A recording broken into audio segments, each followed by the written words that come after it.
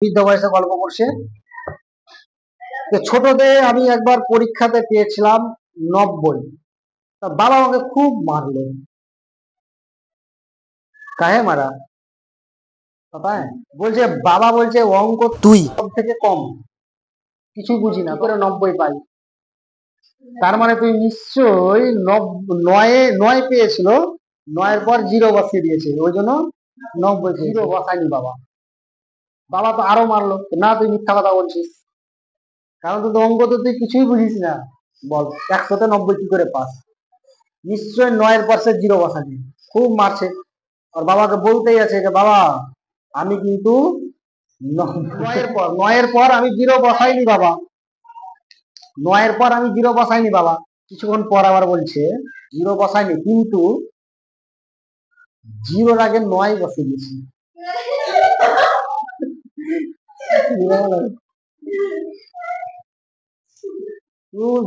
ও সত্যি কথাই বলছে, আমি 9-এর পর 0 বসাইনি, 0 পেয়েছি।